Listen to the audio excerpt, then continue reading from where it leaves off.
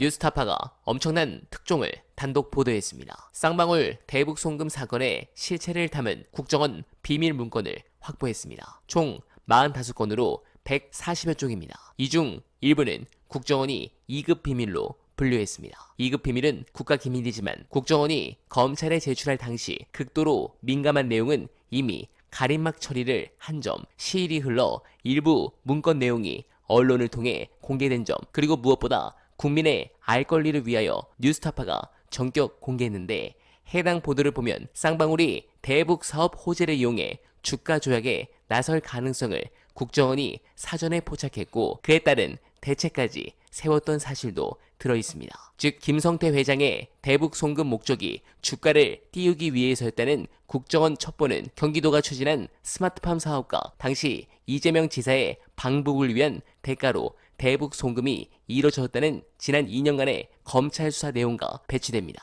이건 결정적 정치 보복의 증거라고 볼 수 있는 매우 중요한 단서가 아닐 수 없습니다. 또한 이런 게 뉴스타파로 흘러간다, 레임덕 상황을 증명하며 이제 정말 검찰은 해체 수준으로 가야 될 것 같습니다. 매우 심각한 상황인데 이게 끝이 아니죠. 관련해 중요한 영상 보시고 이어가 보겠습니다. 복귀 시점이 우연인가? 언론은 그 이야기를 해야죠. 우연이기에는 너무 공교롭잖아요.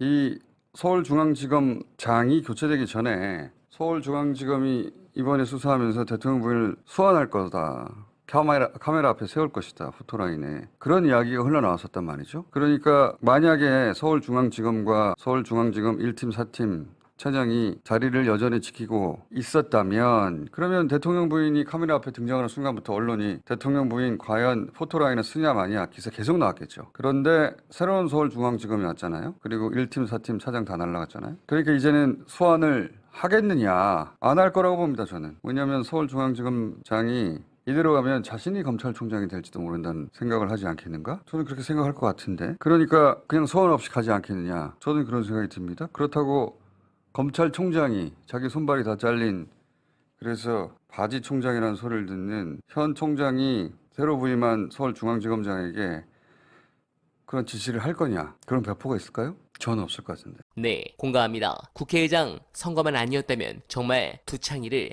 때릴 곳이 많았고 더 분위기가 좋았을 텐데 너무 안타까운 상황입니다. 그러나 점점 윤석열은 스스로 임기를 단축하는 행보를 보이고 있습니다. 달도 차면 기우는 법입니다. 우리는 지금 역대 대통령이 모두 실패했던 검찰개혁을 한때 검찰주의자였던 검사 출신 대통령이 완성하는 거대한 역설을 목도하는 중인지도 모릅니다. 여러분은 어떻게 생각하십니까?